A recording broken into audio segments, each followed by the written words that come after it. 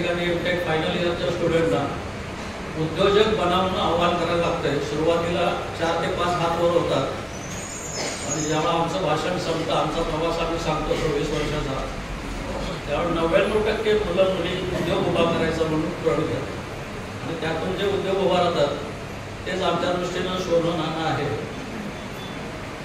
माझं नाव प्रतापराव अप्पासाहेब भोसले, मूळ कोल्हापूर. माझ्या व्यवसायाचं नाव आहे पियुष कॅनिंग सेंटर आणि फ्रूट्स प्रोसेसिंग युनिट. फळांवरच का प्रक्रिया करायची, पण फळं ही सर्वांनाच आवडतात आणि फळांमध्ये जास्तीत जास्त पौष्टिकता आहे. मला 2 मुलींना जाम सरबत वगैरे आवडायची, म्हणून मिसेस आणि मी घरगुती पद्धतीनं कसं करायचं त्याचे वेगवेगळे प्रयोग आम्ही करत होतो. एसटी महामंडळात 24 वर्ष क्लास 1 ऑफिसर असताना मी नोकरीचा राजीनामा घेऊन बाहेर पडलो गव्हर्नमेंट जॉबचा आणि ह्या व्यवसायाकडे वळलो. पुण्यामध्ये असताना 40 ऑफिसरच्या क्वार्टर्स होते, आम्ही स्वारगेटला राहत होतो. त्यावेळेला हा व्यवसाय करायचं मिसेसच्या डोक्यात आलं की सारख्या मागतात मुली, प्रत्येक वेळा ते विकत शक्य नाही, आपण का करायचं नाही. आणि त्याच वेळा नाबार्डचं एक क्लस्टर होतं मार्केट यार्डला पुण्यामध्ये. नाबार्ड म्हणजे क्लस्टर त्यांनी का स्थापन केलेलं होतं की फळफळावळ भाजीपाला तिथं आणावा. गव्हर्नमेंटकडनं त्यावेळेला जवळजवळ 15 ते 20 कोटीची मशिनरी तिथं लावलेली होती, लॅब होत्या, सगळे रिपोर्ट तिथं आपल्याला मिळत होते. तर सुरुवात करताना नेहमी आपल्याला माहीत आहे क्वार्टर्समधल्या 40 महिला अधिकाऱ्यांच्या पत्नी सगळ्याजणी तयार झाल्या. महिना, 1.5 महिने, 2 महिने, 3 महिन्यानंतर फक्त माझी मिसेस एकटी होती आणि 3 वर्ष त्या ठिकाणी प्रोसेसिंगचं पूर्ण ज्ञान, SOP सगळ्या लावलेल्या होत्या, स्टँडिंग ऑपरेटिंग प्रोसिजर. त्यावेळेला तुम्ही मोठ्या कारखान्यात काम करता तेव्हा त्या प्रोसिजरप्रमाणेच तुम्हाला जायचं असतं. आपलं डोकं कुठेही चालवायचं नाही. काय घालायचं, किती घालायचं, 1 किलोला किती प्रमाण आहे तेवढंच घालायचं, किती शिजवायचं, किती टेम्परेचर पाहिजे, किती वेळ पाहिजे, हे सगळं दिलेलं असतं. त्या SOP सुद्धा पाठ झालेलं होतं आणि 1.1 सेंट्रल गव्हर्नमेंटच्या इन्स्ट्रक्शननुसार ते सेंटर बंद होतं. मग आता काय करायचं. मी आमच्या भोसले कुटुंबातला पहिला उद्योजक आहे, अगोदर कोण नाही. परंतु माझे सासरे त्यांचे पोल्ट्री फार्म होते, 12 एकर वाघोलीला हॅचरीज होत्या, अंड्यापासून कोंबडे तयार करून होते. म्हणजे जे गव्हर्नमेंटला जमलं नाही ते करत होते. त्यांनी पण MSCB मध्ये नोकरी सोडून हा व्यवसाय चालू केला आणि 5 ते 6 वर्षात पुण्यामध्ये 6 ठिकाणी डिस्ट्रीब्युशन सेंटर होते. आणि त्यावेळा म्हणजे मला आठवत आहे की मंगळवार, बुधवार आणि रविवार पिंपरी चिंचवड, चाकण, MIDCकडे चिकन जाण्यासाठी जवळजवळ 80 ते 90 टेम्पो हे उभा राहिलेले असायचे. आणि त्यांचा दिवस, सासऱ्यांचा आणि सासूबाईंचा, रात्री 10 वाजल्यापासून चालू व्हायचा आणि पहाटे 6 वाजता जेव्हा ते चिकन डिस्पॅच व्हायचं त्यावेळा ते येऊन झोपायचे. म्हणजे हे बघितलेलं होतं. ते कोण मिसेसमध्ये होते. नोकरी सोडताना मी फक्त विचारलं नोकरी सोडू का. तिनं मला सांगितलं तुम्ही फार हुशार केला, काय चांगलं करता. त्यामुळे आज जो व्यवसाय आम्ही चालू केलेला आहे, 4 पद्धतीने आपण काम करतो. त्याच्या पूर्ण प्रोप्रायटर त्या आहेत. जवळजवळ 21 प्रकारचे कोर्स निरनिराळ्या ठिकाणी, जिथं नवीन आहे आपल्याला माहीत नाही ते जाऊन शिकायचं. पण तुमच्याकडे जर शिकण्याची प्रवृत्ती असेल तर तुम्ही शिकल्यानंतर ते अंमलात आणू शकता. अगदीच मागच्या वर्षी आम्ही जॅकफ्रूट म्हणजे फणस, आज हा फणस म्हणजे याला व्हेज मीट म्हणतात. म्हणजे मांसाहारामध्ये जेवढे तुम्हाला प्रोटीन्स मिळतात तेवढे प्रोटीन्स ह्याच्यापेक्षा जास्त 25% फणसापासून मिळतात. फणसाचं प्रशिक्षण आम्ही 3 दिवस घेऊन आलो. फणसापासून 72 प्रकार करता येतात, सगळे विदाउट प्रिझर्वेटिव्ह, अगदी रेडी टू ईट करत. त्याच्यानंतर डिहायड्रेशन नवीन आलं. 3 वर्षापूर्वी डिहायड्रेशनचा कोर्स आम्ही दोघांनी केला. पण नंतर मी सर्व्हिसला असताना जे कोर्स तिने केले त्याच्यावर हा व्यवसाय उभा राहिला. 16,000वर आम्ही व्यवसाय चालू केला.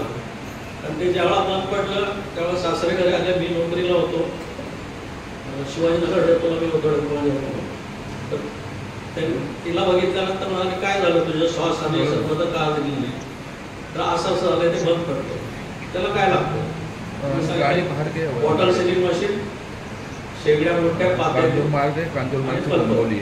तेव्हा 16,000ची आमची खरेदी झाली होती. मी घरी आल्यानंतर नारळ वगैरे फोडलेला होता, म्हणजे नमस्कार करून काम चालू. माझ्यापेक्षा 2 श्रेष्ठी पुढे आहे. तर ते चालू केल्यानंतर आज मगाशी दादाने सांगितल्याप्रमाणे आज आमचे 26 लाखाची मशिनरी आणि 2 कोटीचा मामला आहे.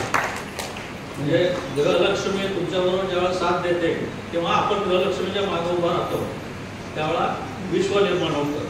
आता जर अनुरागिनी ताराराणीचं तुम्ही उदाहरण दिलं, कित्येक वर्ष माझा डीपी ताराराणीचा स्टॅच्यू कोल्हापूरच्या चौकात जो आहे तोच आहे. ते आदर्श आहेत आपले. कितीही वाढ प्रसंग आला, अगदी कोरोनाचं उदाहरण द्यायचं झालं त्यावेळा माझी बायपास सर्जरी झालेली सांगलीमध्ये झालेली होती. 3 महिने झालेले होते आणि कोरोना चालू झाला. 2.5 टन माल आपला घरात पडलेला होता, सगळीकडनं ब्लॉक झालं होतं. त्यावेळा माझ्या नातीनं सांगितलं की नानो, जसं सगळं बाहेर बंद झालंय, आपलं बाहेर जायचं बंद झालं, तसं आत यायचं बंद झालं असेल. खाणारी तोंड घरात आहेत, उलट आता जास्त पाहिजे. मग आम्ही ड्रायव्हर, मिसेस आणि आमचे कामगार, लेडीज कामगार ते घेऊन आम्ही कोल्हापूर येतो. त्यावेळेला आम्ही कोल्हापुरात आलो. त्याच्या अगोदर आपण 6 स्टेटमध्ये अप टू आसाम माल पाठवत होतो. आत्ताच्या स्टेटमध्ये आपण पाठवतो आणि तो माल साधारण 15 दिवसात आम्ही संपवला. म्हणजे संधी संकटात कशी शोधायची. कारण मी प्रिझर्वेशन आणि मार्केटिंग हे सगळं हा प्रवास कसा झाला हे सांगत असताना सांगणार आहे तुम्हाला. पण सेपरेट सांगितलं गेलं तर तो विषय म्हणजे जवळजवळ 2.5-3 तास लागतात. अर्धा पाऊण तासात मला संपवायचा मी प्रयत्न करतोय. सगळ्यांना भूका लागलेल्या असते ते लक्षात घेऊन. त्याच्यानंतर आम्हाला जसजसा अनुभव येत गेला यात, त्याच्यानंतर मग आम्ही काय केलं की आपणच प्रोडक्शन करायचं. पॅन इंडिया मार्केटिंगचे लोक आपल्याला मिळाली. ते पण इथं जे सांगलीला माझी मुलगी आहे, भारतीय विद्यापीठला कॉलेज ऑफ फिजिओथेरपी ती प्रिन्सिपल आहे. दुसरी मुलगी आहे TITला एन्व्हायरमेंट इंजिनियर झालेली आहे, ती पुण्यामध्ये आहे, एका जर्मन कंपनीत आहे. 300 कंपन्यांमध्ये हवा, त्याच्यानंतर पाणी आणि स्लज म्हणजे गाळ जो येतोय त्याच्यातून एन्व्हायरमेंट फ्रेंडली आउटपुट कसं द्यायचं ह्याच्यासाठी काम करते आणि ISOचं ट्रेनिंग देते. जे दोन्ही मुली सुस्थितीत आहेत, दोन्हीचे लग्न झालेले आहेत. आणि मग आहे त्या घरात खालच्या बाजूला आम्ही 1800 स्क्वेअर फूटमध्ये फॅक्टरी केलेली आहे. त्यासाठी शासकीय योजना मगाशी बोलताना सांगितलं, सर्व प्रकारच्या योजना आपल्याला माहीत आहेत. मुद्राखाली आपण विनातारण, घर घाण नाही, दागिने घाण नाही, काही नाही, विनातारण आपण कर्ज घेऊन मशिनरी घेतली आणि मशिनरीवर प्रोडक्शन चालू केलं.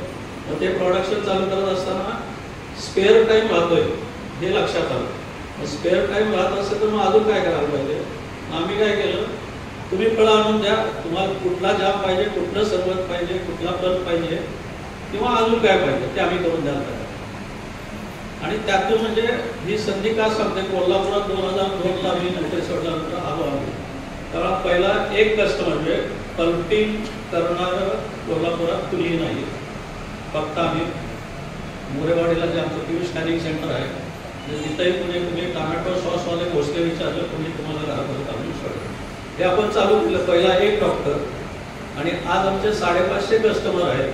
कोल्हापुरातले 90% जी मुलं मुली परदेशात आहेत त्यांच्यापर्यंत आपला मँगो पल्प, चिंचेचा सॉस, टोमॅटो सॉस सर्वत्र जे गेलेले आहेत. मँगो पल्प रिटॉर्ड पाऊच हे ऑर्डिनरी पाऊच नाही. जवानांना जे खाणं जातं म्हणजे सियाचीन सारख्या -40 डिग्री टेम्परेचर किंवा राजस्थानमध्ये 58 डिग्रीपर्यंत टेम्परेचर जातं, त्या टेम्परेचरला हे सस्टेन होतं. आणि हे पण त्या डॉक्टरने, मी डॉक्टरचं नाव मुद्दाम घेतलेलं होतं, त्या डॉक्टरने आम्हाला सांगितलं की असं असं हरियाणाला यामध्ये अन्न दिलं जातं, जवानांसाठी तिथून दिलं जातं. मग आम्ही तोपर्यंत बॉटलमध्ये करत होतो. बॉटलचा आम्ही रिकॉर्ड पाऊचमध्ये आलो आणि बॉटल कस्टमरला, म्हणजे शेवटी आपण मार्केटिंग काय, कस्टमरला काय पाहिजे ते जर आपण दिलं तर कस्टमर दुसरीकडे जात नाही. त्यांना बॉटल बाय एअर नेणं हे महागात पडत होतं. प्लस ग्लास असल्यामुळे काचेची बॉटल ही फुटेल का ही भीती असायची. त्याच्यामुळे त्यांचे सजेशन्स आम्ही वेलकम केलं. बडोद्यावर स्विस पॅक म्हणून संपूर्ण जगाला पॅकिंगचं म्हणून पुरवणारी कंपनी आहे आणि तिचे पण मला गायकवाड म्हणूनच आहेत. त्यांच्याकडनं आपण हे घेतलं चिंच सॉस. हे पाऊच आपण घेताना पहिलं मार्केटिंगचं तत्व काय आहे की कस्टमर तुमचा आता तुम्ही सगळे पहिल्यांदा डोळ्यानं बघताय प्रॉडक्ट, त्याच्यानंतर चव किंवा मी काय सांगतोय. म्हणजे आता आपण जे म्हणतो की बोलणाऱ्याचे खडे सुद्धा विकले जातात, न बोलणाऱ्याचे चणे सुद्धा विकले जात नाही. तुम्ही जर बोललं नाही तर काय आहे माहीत नाही. त्यामुळं तुम्ही जेव्हा मोठ्या मोठ्या मॉलमध्ये जेव्हा जसं जसं मोठं होत झालं, मॉलमध्ये माल जाईल, मॉलमध्ये सर्व कंपन्यांचे सॉस ठेवलेले असतात. निदान हे ब्रँडेड जे आहे त्याच्याबरोबर आपला पाऊच ठेवला तर तो निदान दिसायला तरी अट्रॅक्टिव्ह पाहिजे, दिसायला तरी अट्रॅक्टिव्ह पाहिजे. तर त्या दृष्टीने आपण त्यामुळे ते प्रयत्न केले. 6.5 ते 7 रुपये टोमॅटो 500 ग्रॅमचा 7 रुपयाला, हा 6.5 रुपयाला पाऊच आपण त्यावर पडतो आणि बेसिक खर्च तोच जास्त झाला. मग ते एवढं पॉप्युलर झालं की मँगोच्या सीझनमध्ये 20 टन मँगो 3 महिन्याच्या पिरियडमध्ये आपण पल्पिंग करून देतो दुसऱ्यांना आणि 20 ते 25 टन आपण आपल्या कॅप्टिव्ह यूजसाठी जो 4 स्टेटमध्ये पाठवतो तिथं जातो आपण. त्याच्यानंतर हे पण झालं तर ते पण आम्हाला कमी वाढायला मेसेज म्हणून मशिनरी माझ्या आयडिया करते. मग काय करायचं, मग आम्ही एक चालू केलं की प्रशिक्षण द्यायचं. प्रशिक्षण देत असताना आम्ही 6-7 प्रकार जे पूर्वी आम्ही मशीनच्या ऐवजी अगदी ते टोमॅटो उकळा, चाळण घ्या, पुरण यंत्र असते, पुरण यंत्रात टोमॅटो काढा, कारण साल आणि बी बाहेर व्हायला पाहिजे, मग ते उकळा, मग त्यात इन्ग्रेडियंट्स टाका. हे जे प्रकार आहेत हे घरगुती ठीक आहे. मग त्याच्यासाठी आम्ही प्रशिक्षण चालू केलं की महिलांना बऱ्याच जणांना सॉस पाहिजे असतो, सरबत पाहिजे असतात, मिक्स फ्रूट जाम पाहिजे असतो, जेली पाहिजे असते, पण मुलांना आवडत नसतात. किंवा फ्रोझन मटर, आता डिसेंबर जानेवारी महिन्यात वाटाणा हिरवा मटर स्वस्त असतो, तो वर्षभर टिकेल असं कसं हे करायचं. आज तुमच्या माहितीसाठी कोल्हापूर सारख्या एवढ्या मोठ्या जिल्ह्याच्या ठिकाणी दर 1 दिवसाआड रेफ्रिजरेटेड व्हॅन हिमाचलवरनं मुंबईत किंवा पुण्यात फ्रोझनमध्ये येतो. तो रेफ्रिजरेटेड व्हॅनमधून 5-6 डीलर हॉटेलला सप्लाय करणारे त्यांच्याकडे जातो आणि ते बाकीच्याकडे सप्लाय करतात. म्हणजे आता आपण काय नको म्हणून. तर त्या दृष्टीने म्हणजे मार्केट काय आहे तुम्ही जेव्हा पडताय तेव्हा आपण ते करायला पाहिजे. आज ते ट्रेनिंग आपण 1 दिवसाचं 10 ते 6 देतो, ते पण फ्रोझन मटरचं पण त्यात शिकवतो. तर चिंच टॉफी किंवा फळाच्या टॉफी कॅडबरी वगैरे खाऊन दात खराब करून घेण्यापेक्षा, मी कंपनीला नाव देत नाही आहे, तर फळाच्या जर ओरिजिनल टॉफी आपण केल्या आणि त्यात साखरेऐवजी गुळ घातला तर पदार्थाला चव पण येते आणि पौष्टिकता येते. तर ते पण आपण शिकवतो. त्याच्या व्यतिरिक्त मटेरियलचं आपण कॉस्टिंग कसं काढायचं ते शिकवतो. कारण सगळ्यात जेव्हा आपण प्रॉडक्ट चांगला होतो आणि आपण सगळं विकतो. एक 10 रुपयाची वस्तू आपण तयारी केली, 10 रुपयाची आहे, 10 रुपयाला विक्री संपलं तर त्यात माझा फायदा कुठं आहे. तेव्हा मी राबले किंवा माझे घरचे राबले असते, त्याच्यामुळे तुम्ही बिझनेसमध्ये पडता, तुमची मुलं बघा, तुमचे मिस्टर सगळेजण मदत करत असतात. तर ते आपण कुठंच धरत नाही. किंवा तुम्ही बँकेचं लोन काढलं असेल, लोनचा हप्ता आहे तुमचा, समजा महिन्याला 3,000 आहे, 25 दिवस तुम्ही काम करताय, तर दररोजचा हप्ता मला किती पडणार. मग तो दररोजचा हप्ता जे मी प्रोडक्शन करतोय त्यात तो धरायला पाहिजे का नाही. हे सगळं कॉस्टिंगचं आणि मार्केटिंग कसं करायचं. तर मार्केटिंग करत असताना काय काय काळजी घ्यायची हे आपण या ह्याच्यात शिकवतो. हे पण आता दर महिन्याला एक ट्रेनिंग चालू घेतोय. मागच्या वर्षी मी बुधगावला आलेलो होतो, आपला मराठाचा व्यावसायिक ग्रुप एक होता, त्यांच्या मार्फत तिथे गेलेलो होतो. वर्षभरानंतर आज बघितलं बुधगावच्या बऱ्याचशा महिला आपल्या भगिनी ज्या आहेत त्या संयोजनात सुद्धा पुढे आहेत, घरना सांभाळून घर सांभाळून. कौतुक वाटतंय. तर माझं मत आहे त्यांच्यासाठी एकदा जोरदार टाळ्या वाजवा. डिसेंबरमध्ये जे पहिलं ट्रेनिंग झालं आमचं, पहिलं म्हणजे असं शेवटचं या मागच्या वर्षात, त्यात तुमच्या दुधगावच्या एक भगिनी आलेल्या होत्या. आता मला दिसत नाही, घोरपटे म्हणून होत्या त्या, मयुरी घोरपटे. तर त्यांनी मला प्रॉमिस केलेलं होतं की पुढचं ट्रेनिंग आम्ही तुमच्याकडे ठेवणार आहे. तर आम्ही महाराष्ट्रात ॲग्रिकल्चर डिपार्टमेंट आणि फॉरेस्ट डिपार्टमेंट, कारण या 26 वर्षाच्या प्रवासात एवढ्या ओळखी झालेल्या आहेत की फूड अँड ड्रगचे जे असिस्टंट कमिशनर आहेत त्यांच्याकडनं डायरेक्ट जाऊन आपण पाऊचवरचं डिझाईन वगैरे अप्रूव्ह करू लागतो, ज्यांच्यापर्यंत सामान्य उद्योजक जाऊ शकत नाही. खरं त्यांच्याशिवाय आपलं चालत नाही, कारण जे कायदे आहेत ते आपल्याला पाळायला पाहिजे. तर ते आपण त्यांच्याकडनं जाऊन सहाय्य घेऊन येतो. तर ते ओळखी झालेल्या असल्यामुळे आपण ते पण मार्गदर्शन आपण सगळ्यांना करत असतो. आणि आता दर महिन्याला एक ट्रेनिंग आपण ठेवतो. अगदी अहमदाबाद, गोवा, बेळगाव आणि महाराष्ट्रातून सगळ्या ठिकाणांना लोक आपल्याकडे ट्रेनिंगला येतात, ट्रेनिंग घेऊन देतात. त्याच्यानंतर अजून एक असं झालं की SD महामंडळ म्हणजे कामाचा वेळ 24 तास. जसं काही सांगितलं हॉटेलचा व्यवसाय रात्री 2 लाख कोण येणार. आमच्याकडं सुद्धा हायवेला जर असेल, इस्तांबूलला मी होतो 3 वर्ष, नवीन बस स्टँड जे झालेलं आहे इस्तांबूलचं, शिराळा डेपो झाला तेव्हा मी तिथं होतो. रात्री 2-3 हायवेला ॲक्सिडेंट झाला आहे चालू सगळं. त्यामुळं ते पण आम्हाला कमी वाटायला लागलं. म्हणून अजून आम्ही एक 34 केली गेले 5 वर्ष की आम्ही ज्यांना स्वतंत्र व्यवसाय चालू करायचा आहे. कारण आमच्या दृष्टीनं एका फळावर एक इंडस्ट्री चालू करते. तर तो चालू करत असताना मग ट्रेडमार्क रजिस्ट्रेशन, त्याच्यानंतर डिझाईन, त्याच्यानंतर बारकोड, मॅटर काय घालायचा आणि प्रॉडक्ट कुठलं करायचं, हे सगळं मार्गदर्शन करते. गव्हर्नमेंटच्या सगळ्या परवानगी प्लस आपलेच बांधव आहेत जे लोन वगैरे मंजूर करून देतात. प्राईम मिनिस्टर रोजगार निर्मिती फंड आहे, AIF म्हणून ॲग्री इंडस्ट्रीज फंड आहे, ज्यात फक्त 9% व्याज आहे आणि त्यातले 3% व्याज गव्हर्नमेंट रिफंड करते दरवर्षी. म्हणजे लँडिंग तुम्हाला 6%च पडतं आणि ते तुम्हाला 10 लाखापर्यंत सबसिडी आहे. 30 लाखाचं लोन घेतलं तर 30%नं 10 लाखापर्यंत सबसिडी आहे. महिलांना 35% आहे. तर महिलांना का पुढं उद्योजक होणं गरजेचं आहे की तुम्ही घर ज्या पद्धतीनं, म्हणजे आपण जे म्हणतो अष्टोपर आणि 8 हातानं, म्हणजे कायम जाग्या आणि निरनिराळी कामं, म्हणजे ते डेकोरेशन करण्यापासून चांगलं दिसायला पाहिजे, त्याच्यापासून चांगलं उत्पादन व्हायला पाहिजे, जेवण चांगलं व्हायला पाहिजे, मुलांना आवडायला पाहिजे, प्रत्येकाचे आवडतं फूड काय संपलंय, काय आणायला पाहिजे, कुणाकडनं आणायला पाहिजे, हे सगळं तुम्ही जसं सांभाळता तसं बिझनेसमध्ये तुम्ही जर आला तर ते सांभाळायचं फक्त मोठ्या प्रमाणात. आणि तुम्ही जे करताय तेच आपल्याला विकायचं आहे. आणि तुम्ही जे करणार आहात ते तुमच्याशिवाय दुसरं कोण चांगलं सांगू शकत नाही. आज आपण एवढं हे करतोय. आता या टोमॅटो सॉस तळसंदे कृषी विद्यापीठ बऱ्याच नाव ऐकलं असेल, वारणेच्या जवळ आहे. तिथून विदाऊट पेस्टिसाइड टोमॅटो आपल्याला येतो. ते त्या टोमॅटोवर आपण प्रोसेस करतोय. कनेरी मठ काडसिद्धेश्वर स्वामींचा तिथून टोमॅटो येतो, त्यांच्यावर प्रोसेस आपण करतो. आणि आपण इथं बोर्डली लिहितोय नो कलर नो एसेन्स, कारण आपण घालतच नाही.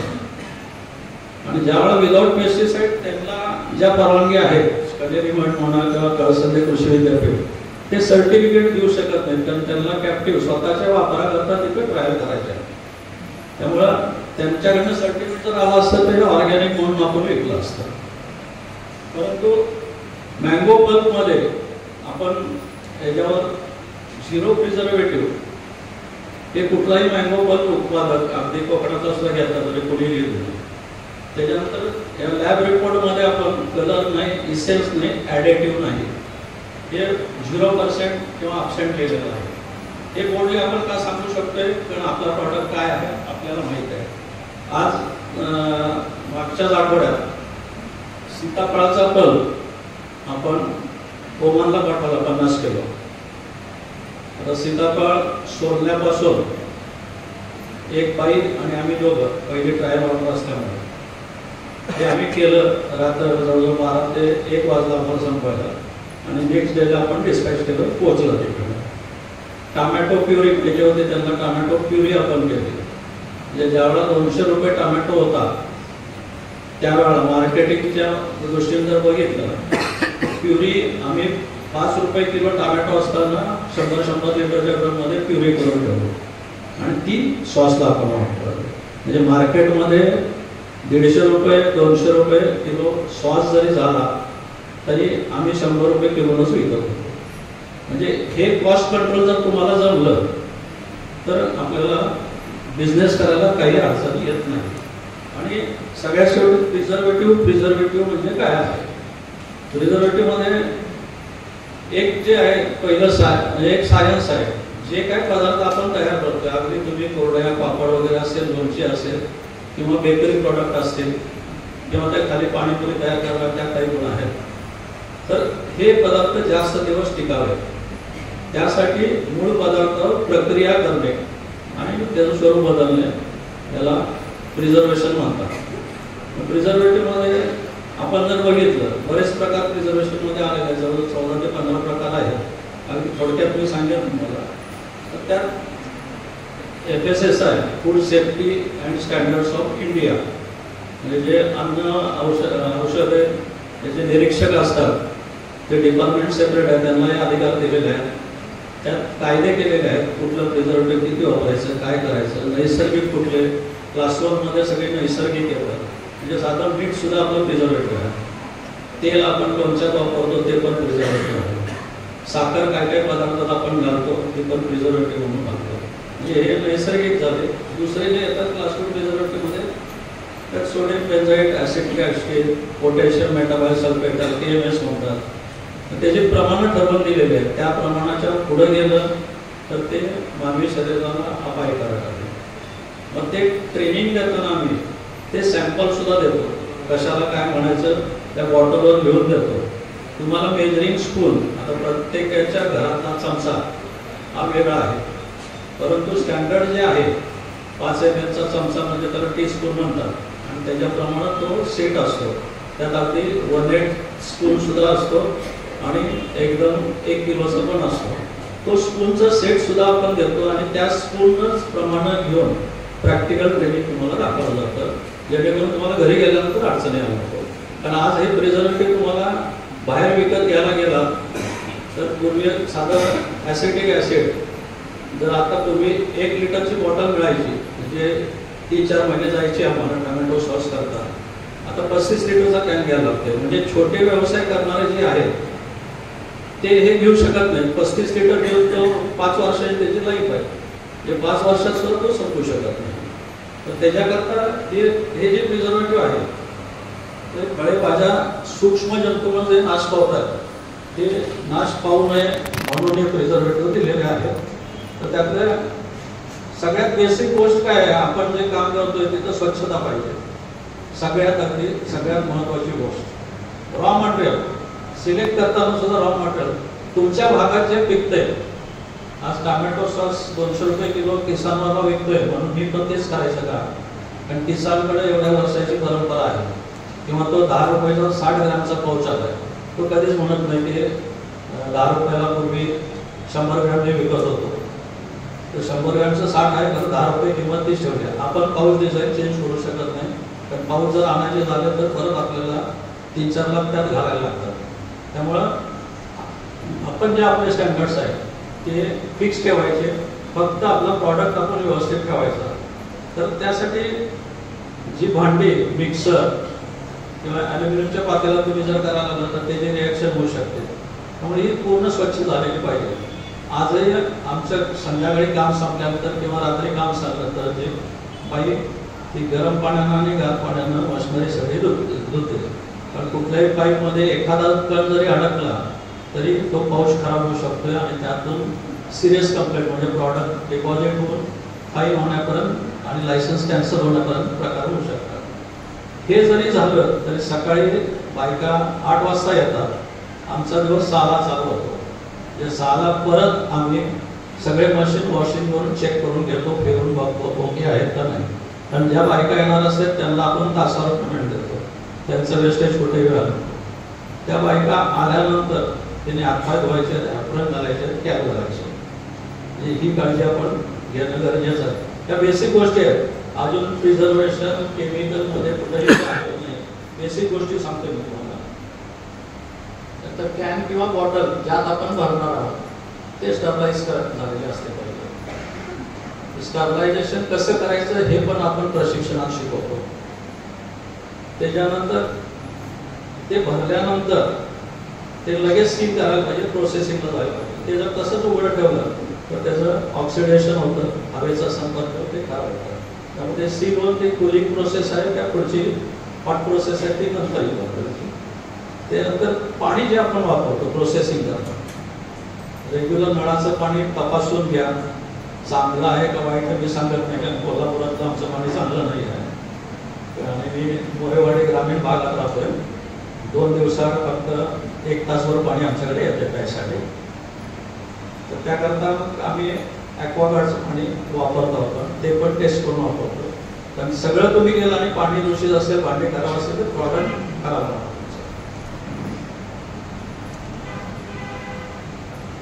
त्याच्यानंतर रॉ मटेरियल तुम्ही जे घेताय, फळं घेतली, भाजीपाला घेतली, तर ते फळं भाजीपाला स्वच्छ पुसून किंवा धुवून घ्या. कारण मार्केटमध्ये आता क्रेट म्हणणं येतात, त्यावर तो धूळ वगैरे बसलेली असते, तिथं हमाल उतरवतात. हमालाकडनं नंतर आपण जाऊन तिथनं घेतो किंवा टेम्पोमधनं तो टेम्पोवाला आपल्याकडे आणून देतो. तर ही काळजी आपण घेणं गरजेचं आहे की ते आल्यानंतर वापरायच्या अगोदर पुसणे किंवा दोन्ही प्रकार ते करणं गरजेचं आहे. बऱ्याच वेळा कसं होतं की आता काय काय फळं असे आहेत, सफरचंद कट केलं तसं ठेवलं, साल कोणतरी काढायला लागलं ते आली नाही पाहिजे, तर ते काळं पडतं, प्रॉडक्टचा रंग तुमच्या बदलतो. हे बेसिक तुमचे हे झालं. किंवा आता जे ॲल्युमिनियमचे रिॲक्शन मी तुम्हाला सांगितलं, कारण ह्या प्रोसेस करताना SSCची उपकरणं वापरणं गरजेचं आहे. आता ही बेसिक काळजी घेतला, हा पहिला प्रकार झाला. प्रोसेसिंगमध्ये प्रिझर्वेशन न वापरता आपण काय करतो. दुसरा प्रकार आहे तर तापमान देऊन आपण प्रिझर्वेशन करतो, जास्त तापमान देतो त्याने प्रिझर्वेशन करतो. यात तुझे कोणते बॅक्टेरिया मारायचे आपल्याला आणि पदार्थ कोणत्या पदार्थाने स्वरूपात विकायचा आहे त्याच्यासाठी आपण हे करतो. त्यात पाश्चरायझेशन हा प्रकार आहे, 100 डिग्रीच्या आत आणि 100 डिग्रीच्या वर स्टरलायझेशन. आता हे मँगो पल्पचे जे काय पाश्चरायझेशन केलेलं आहे, गरम सील केल्यानंतर ते आपण पाण्यामध्ये 90 ते 100 डिग्री टेम्परेचरमध्ये अर्धा तास ठेवतो. म्हणजे जेवढे काही बॅक्टेरिया असतील ते सगळे मरून जातात. हे जास्त तापमानात. यात म्हणजे पाश्चरायझेशनमध्ये कसं फळाचे ज्यूस आहेत, RTS रेडी टू सर्व जे अन्न असते ते अन्न यात करतात. किंवा नेक्टर म्हणून फळाचाच अर्क जो काढला जातो कॅनमध्ये असतो, त्या कॅनमध्ये सुद्धा असंच करतात. कोकणात जर बघितलं असेल आंब्याचा पल्प कॅनमध्ये केला जातो आणि मोठ्या पातेल्यात तो उकळत ठेवला जातो. ते पाश्चरायझेशन. स्टरलायझेशनमध्ये 116 डिग्री टेम्परेचरपर्यंत तापमान त्या कॅनला दिलं जातं. त्यात म्हणजे हिरवे वाटाणे, भेंडी, बीन्स हे आहे त्या स्वरूपात आहे त्या कलरमध्ये टिकवण्याकरता हे केलं जातं स्टरलायझेशन. म्हणजे यातही कुठं प्रिझर्वेटिव्ह नाही, फक्त टेम्परेचर कंट्रोल केलेलं आहे आपण. आणि पाऊच जे असतात, पाऊच तुम्ही जे घेता, स्वच्छता मी सांगितली तुम्हाला पाऊचची, ते ओपन करताना शक्यतो हात आपले धुतलेले असावेत. ग्लोव्ज मिळतात, सर्जनचे ग्लोव्ज मिळतात, ते साधारण 100 रुपयाला जवळजवळ 80 ते 90 जोड्या येतात. 1 रुपयाला साधारण एक पडते. ते जर आपण घातलं तर हे आपल्याला आपल्या हाताचा संपर्क किंवा नखातली घाण हे केलं जातं. त्याच्यानंतर कमी तापमानातलं प्रिझर्वेशन. आपण जास्त तापमानातलं बघितलं, कमी तापमानातलं प्रिझर्वेशन.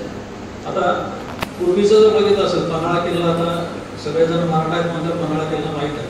पन्हाळा धान्याच्या कोठ्या आजही आहेत, जाड भिंती आहेत, अंधार आहे हा. तर तिथं धान्य साठवलं जायचं, म्हणजे नॅचरल प्रिझर्वेशन तिथं व्हायचं. आजही बऱ्याच ठिकाणी तळघर असतात मोठ्या मोठ्या ठिकाणी, तिथं नॅचरल पद्धतीनं टिकवलं जातात.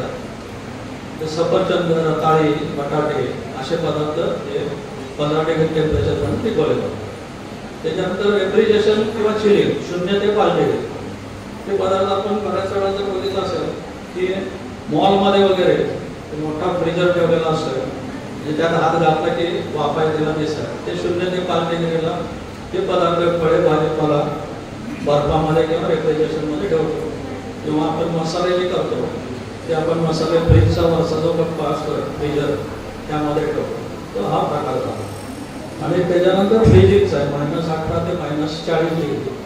तर यात ते प्युअर फ्रूट ज्यूस जो काढला जातो मशीनवर, तो त्याचे कॅन्स, मासे वगैरे तत्सम मत्स्यजन्य पदार्थ हे या ह्याच्यात ठेवले जातात.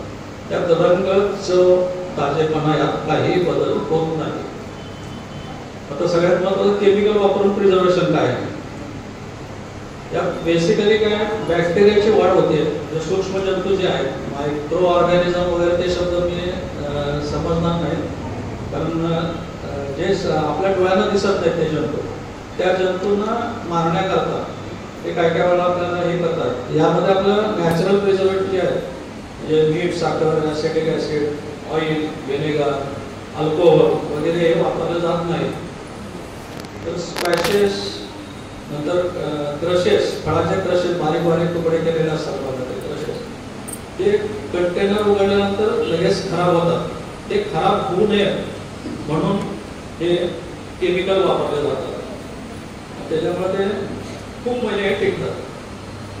आता दुसरं सल्फर डायऑक्साईड हे कमी प्रमाणावर, म्हणजे पोटॅशियम मेटाबायसल्फेट किंवा KMS म्हणतो, हे बहुसंख्यपणे सरबतामध्ये वापरले जातात. आणि त्यामुळे ते का वापरले जातात, सरबतात ते विरघळले जातात आणि एकजीव होतात. मूळ सरबत ज्या फळाचं केलेलं आहे त्याच्या चवीमध्ये काही बदल होत नाही. ह्यात आता आपण केमिकल आत्ता विषय आला आपला. त्याच्यानंतर जर बघितलं ड्राईंगचं, प्रिझर्वेशन बाय ड्राईंग म्हणजे सुकवणे, जे वर्षानुवर्षे आपण करत आले पाहिजे. कुरडया, पापड, सांडगे, शेवया हे आपण उन्हात वाळवतो. आता काय झालेलं आहे, जसजसं तंत्रज्ञान प्रगत होत गेलेलं आहे, तो मशीन आलेलं आहे, ड्रायर्स आलेले आहे किंवा डिहायड्रेशन मशीन्स आलेले आहे. त्यात अगदी भाजीपाल्याचा चुरा करून म्हणजे वाळवून ऑक्सिजन आणि पाण्याचा अंश त्यातनं काढला जातो आणि त्याची पावडर केली जाते. आणि ती पावडर म्हणजे जर 10 किलो तुम्ही टोमॅटोचं जर केलं तर साधारण 1/4 ते 1/5 एवढंच क्वांटिटी तयार होते. भाज्यांची 4 पेट्या असतील तर साधारण 1 किलोची सुद्धा पिशवी होत नाही, एवढं होतं. आणि यात म्हणजे हे टेक्नॉलॉजी जसे वाढत चाललेली आहे, तर त्यात हे जर बघितलं आपण तर ही टेक्नॉलॉजी हॉटेल इंडस्ट्रीमध्ये वापरली जाते. आज पूर्वी आपण ज्या हॉटेलमध्ये नाश्त्याला मिसळ वगैरे खायला, वडापाव खायला जात होतो लहान असताना, त्यावेळेला कांदे, बटाटे, लसूण असे पडलेले असायचे आणि झुरळं मंदिर आपण बघत होतो. आता हे डिहायड्रेशन तंत्रज्ञान आल्यामुळे काय झालं, ड्रम्समध्ये आहे, म्हणजे स्वच्छता, हायजीन हे प्रकार आले. त्यामुळे आपण जाताना सुद्धा त्या पद्धतीने आपण जातो. आम्ही ज्या वेळेला हॉटेलमध्ये जातो त्यावेळेला आम्ही किचन बघतो आणि बऱ्याच वेळेला मग काय ज्यावेळेला जेवण येतं कोल्हापुरात आता म्हणजे रश्श्यात बोटं बुडली की हाताला लाल होतं, तर ते जास्त कलर वापरले जाते. म्हणजे 1-2 हॉटेलचे आपण असिस्टंट कमिशनर सांगून 8-8 दिवस लायसन्स सुद्धा रद्द केले. तर त्यांना मालकांना कबूल करा म्हणून सांगत होतो, त्यांनी केलं नाही. म्हणून मग आपण ऑथॉरिटीला फोन केला. म्हणजे कुणाचं नुकसान करायचं येतो नाही, तर ह्या सुद्धा शॉर्टकट वापरणारे लोक आहेत, तर त्यावेळेला आपण आवाज उठवायला पाहिजे. यात आता डिहायड्रेशन जे करतो आपण, त्यात पावडर तयार केल्यानंतर सगळ्यात चांगलं उदाहरण म्हणजे रसना सगळ्यांना माहीत आहे. साखर आणि रस फळाचा एकत्र करून त्यांनी केलेलं आहे, पावडर केलेली आहे, जे 10 रुपयाचा सॅचे मिळतो, 1 ग्लास आपण करू शकतो. तर यात संधी म्हणून बघताना उसाच्या रसाचं आपण का करू शकत नाही, कुणी विचार केला का? उसाच्या रसाचं जर केलं तर 12 महिने उसाचा रस, जे तुम्हाला वेलची घाला, लिंबू घाला, जे सगळं घालायचं ते घाला, त्याची आपण डिहायड्रेशन करून पावडर जर तयार केली, सॅचे तयार केले, अगदी पानपट्टीपासून सगळीकडे घेतले जाते. तर ती एक संधी शिवाजी युनिव्हर्सिटीमध्ये सांगलीचीच एक मुलगी आहे, तिनं ते करणार म्हणून सांगितलं. कदाचित आज भेट घेणार आहे, काय अडचण नाही. नंतर प्रिझर्वेशन बाय फिल्ट्रेशन.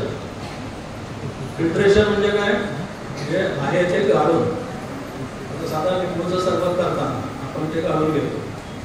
आता आपली जी टेस्ट करून आपण काढतो त्या साच्या म्हणून, त्याला खालनं 7 भोका असतात, 6 मध्ये सेंटर, त्यातून ती बाहेर येऊ शकते. लिंबाच्या ज्या पाकळ्या असतात, ज्यात द्रव असतात, ते पण बाहेर येतात. मग त्या जाळी धडकतात त्या गाळणीत, मग ते आपण हलवतो आणि मग त्या बिया बाहेर काढतो. बऱ्याच वेळा त्या जाळ्या पण आत जातात. आत्ता पण मी एक आणलेलं लेमोनेड, त्याला तर ते जे गाळतो त्याला आपण फिल्ट्रेशन म्हणतो. तर त्यात फिल्ट्रेशनचं म्हणजे आता जो आम्ही संधी म्हणतो, मी तुम्हाला मार्केटिंगसाठी संधी, मुलगी इथं प्रिन्सिपल असल्यामुळे आता 7 जानेवारीला मॅरेथॉन झाली. मागच्या वर्षी 22 का 23 जानेवारीला झालेली होती. मागच्या वर्षी आम्ही 3000 बॉटल्स रेडी टू ड्रिंक म्हणजे सरबत तयार करून आम्ही बाटलीत भरलं. 200 ml पिलं, सरबत भरून ते बाटलीतनं विकलं, 20 रुपयानं विकलं. म्हणजे फक्त आपण संधीचा शोध घ्यायला पाहिजे. आणि यावर्षी तिनं सांगितलं की चितळेने स्पॉन्सर केलंय, आम्ही बॉटल तयार करायला होता, परंतु क्रेडाची स्पॉन्सरशिप होते, ते क्रेडाईनं आमच्याकडे घेतलं. म्हणजे लॉस झाला नाही, तर आपण संधी सोडायची नाही. आणि मुली, तुम्ही कोणाच्या मुली आहेत, आई वडिलांसाठी काही पण करतात, संधी देतात. त्याच्यानंतर प्रिझर्वेशन बाय कार्बोनेशन. आता कार्बन डायऑक्साईड वायू पाण्यात सोडल्यानंतर त्याच्यावर बबल्स येतात, जे बरेचसे आपण सोडा किंवा ड्रिंक्स बघितले असतील, जे ओपन केल्यानंतर त्याच्यात बुडबुडे येतात किंवा एक चिमेला तुरट चव येते. तर त्यात तो जे काय जिंजर सोडा, तर त्यात तो कार्बन डायऑक्साईड वायू सोडलेला असतो. त्याचे सेपरेट मिळतात, मशीन असते, 6-7 प्रकारच्या चव तुम्हाला त्यात देतात, त्या ऑरेंज सोडा वगैरे. ते कार्बोनेशन आहे, हे पण आरोग्याला हानिकारक नाही. त्याच्यानंतर साखरेचा वापर करून, मी तुम्हाला सांगितलं, साखरेचा वापर करून प्रिझर्वेशन म्हणजे जाम जर बघितला तुम्ही, तर जाममध्ये फळाचा रस आपण काढतो सगळा, आणि त्यातला पाण्याचा अंश आपण काढत नाही, त्याच्याऐवजी साखर घालतो आपण. त्याऐवजी आपण साखर घालतो. तर साखर घातल्यामुळे काय होतं, की पाणी ऑब्झर्व करून घेते साखर आणि विरघळून जाते, एक जे होते जाम आपला टिकतो. नंतर फर्मेंटेशन म्हणून एक प्रिझर्वेशनचा प्रकार आहे, जो आपण मूळ पदार्थांचे विघटन करणे, बसपासने जे म्हणतो. आता वाईन, व्हिनेगर, ब्रेड, चीज, ब्रेडमध्ये सुद्धा मैदा तो कसपसतो, त्याच्यानंतर त्याची ब्रेड होतं. किंवा सोयाबीन, कोबी याच्यापासून दही मिसळून गोशिपे वगैरे केले जाते, त्याला पण त्याच्यात. नंतर मिठाचं प्रिझर्वेशन, त्यात सैंधव मीठ, समुद्राचं जे मीठ आहे, त्यानं जे पदार्थ केलेले असतात त्यात रंग बदलत नाही. पण बऱ्याचशा ह्याच्यात साखर मिसळली जात नाही, त्याच्यामध्ये मिठाचा वापर करतात. यात कॅनिंग आणि भाज्यांचं जे लोणचं तयार करतात, त्याच्यासाठी ही पद्धत वापरली जाते. त्याच्यानंतर डायल्युटेड ॲसिड्स, व्हिनेगर हे ॲसिटिक ॲसिडचं डायल्युटेड प्रमाण आहे. म्हणजे 1 लिटर पाण्यात 200 ग्रॅम ॲसिटिक ॲसिड टाकलेली व्हिनेगर तयार करतात. तर त्यांना हे प्रिझर्वेशन आपल्याला करता येतं. व्हिनेगर आणि थोडं मीठ घालून बऱ्याचशा हॉटेलमध्ये कांदा ठेवलेला असतो, तो नंतर ओपन करून तुम्ही खातात, तो बरेच मोठे कांदा टिकतो त्याच्यामध्ये. त्याच्यानंतर प्रिझर्वेशन ऑइल आणि मसाले वापरून, जे तुम्ही आम्ही सगळ्यांच्या घरात आपण लोणची जी करतो, म्हणजे लोणचं झाल्यानंतर वर तेलाचा थर देतो, ते प्रिझर्वेशनच आहे. किंवा त्यात हळद, मिरेपूड, हिंग हे जे पदार्थ करतो, चव पण त्याची वाटते आणि टिकाऊ पण. असे बरेच प्रकार आहेत. टेक्निकल लँग्वेजमध्ये न सांगता मी याच्यात सांगतो. आणि सगळ्यात शेवटी मार्केटिंग जे आहे, मार्केटिंग करत असताना तुमचा प्रॉडक्ट आहे, तुम्हीच ठोसपणे सांगायला पाहिजे, तर ते मार्केटिंग होतं. आता आमच्या तिथं 2-2.5 महिने तरुण सागर महाराज जे आलेले होते शेंडा पार्क इथं, बरेच जण इकडचे पण लोक आलेले होते. ती कम्युनिटी जी आहे ती कांदा, लसूण, प्रिझर्वेटिव्ह काही खात नाही, तर त्या ठिकाणी आपण आपला मँगो बल without preservative without colour essence 500 kilo पिकला. गाडी घेऊन गेलो आम्ही, तिथं गाडी लावली, मोठा बोर्ड तयार केला, ते वाचूनच लोक जाणारे थांबत होते घेऊन जात. ते माझे कायमचे कस्टमर झाले. 500 रुपये किलोचा हा माल आम्ही 400 रुपये किलोनं तिथं घेतला, तर आजही ते माझ्याकडे घेतात. आता आपला माल 4 स्टेटमध्ये जातोय. 70% कस्टमर आपला वॉकिंग कस्टमर आहे आणि इतक्या वर्षाची त्यांना सवय झालेली आहे. त्यातूनच मग मिसेसनं बचत गट काढला. बचत गटामार्फत रस्ताचं लोणचं, शेंगदाणा चटणी, आवळा प्रोसेसिंग आणि त्याच्यातून मग जिल्हा परिषद उमेद हे जे आहे त्याच्यामार्फत आपल्याला जिल्हा परिषद कलेक्टर ऑफिस इथं जागा मिळायला लागली. पदार्थ मी ठेवून विकायचे होतात, इथं जागा मिळायला लागली. त्या जागेतनं आपण विक्री करायला लागलो. दर सोमवारी आणि शुक्रवारी अख्खं कोल्हापूर तिथे येतं. काही ना काहीतरी शासनाचं काम असते, मग त्या अगदी जन्ममृत्यूच्या दाखल्यापासून सगळेजण तिथे येतात. आपल्या मालाची प्रसिद्धी होते आणि आमदार खासदार कुठला तरी ग्रुप घेऊन येतात, त्यांनाच गाठायचं, त्यांच्याबरोबर बाकीचे घेतात. म्हणजे मार्केटिंग म्हणजे काय मोठं आहे असं नाही, फक्त तुम्ही काय आहे ते सांगा. तुमचा प्रॉडक्ट दिसायला पाहिजे. घरात चिंच दिसते म्हणजे चिंचेचं काहीतरी आहे तुम्हाला कळतंय. टमॅटो दिसायला पाहिजे, टमॅटोचं आपण डिझाईन केलं, टमॅटोचं हे केलं, म्हणजे असे तुम्ही प्रॉडक्ट जर केले. आजही आता आम्ही लेमोनेड जे केलं आहे, लिंबू सरबत, 20 रुपयाची बाटली, भिशी, हळदी कुंकू, डोळे जेवण, साखरपुडा, मित्रांचे गेट टुगेदर, लग्न. या आर के नगर भागात आम्ही राहतोय, तिथं 8 सोसायट्या आहेत, 8 हॉल आहेत. आचार्यांना फक्त घरी बोलून त्यांना केस दिली फ्री ऑफ कॉस्ट. 20 रुपये गेल्याचं दुःख नाही येतात, तर त्याच्यामुळे मार्केट मिळालं 50 बॉटलचे, मग 4-4, 5-5 बॉक्स घेऊन जातो. म्हणजे तुम्ही कराल मार्केटिंग तसं आहे. आणि त्यातून मग आम्ही शिवाजी युनिव्हर्सिटी झाली, सायबर कॉलेज झालं, कमला महाविद्यालय आहे महिलांसाठी आहे फक्त, विवेकानंद कॉलेज, ITI मध्ये फूड प्रोसेसिंगचे कोर्सेस चालू झाले. त्या मुलांना प्रकल्प विजिटला आपण मदत करतो, प्रकल्प लिहायला मदत करतो, त्यांच्या तिथं जाऊन आपण लेक्चर देतो. यातून माझा फायदा काय, समाजाचा फायदा होतोच आहे. माझा फायदा काय ते 10 जणांना सांगतात, अरे तिथं विदाउट कलर विदाउट एसेन्स करतात. आता ताई मेसेज मागच्या वर्षी आलेला होता, आज आम्ही येऊन तुम्हाला सांगतो. तर हे हा फायदा होतोय आणि यातूनच आपलं प्रॉडक्ट हे दमदारपणे होतं. आत्ताचे पाटील कंपनी, गाडगे पटेल ट्रान्सपोर्ट नंतर यांचं लॉजिस्टिक चालू होते. पुढच्या वर्षाची कोल्हापूर टू सांगली मी ऑर्डर आता घेऊन ठेवतो तुम्हाला. अजून कुणाला काही शंका विचारचे असतील, कारण वेळ संपलेला आहे.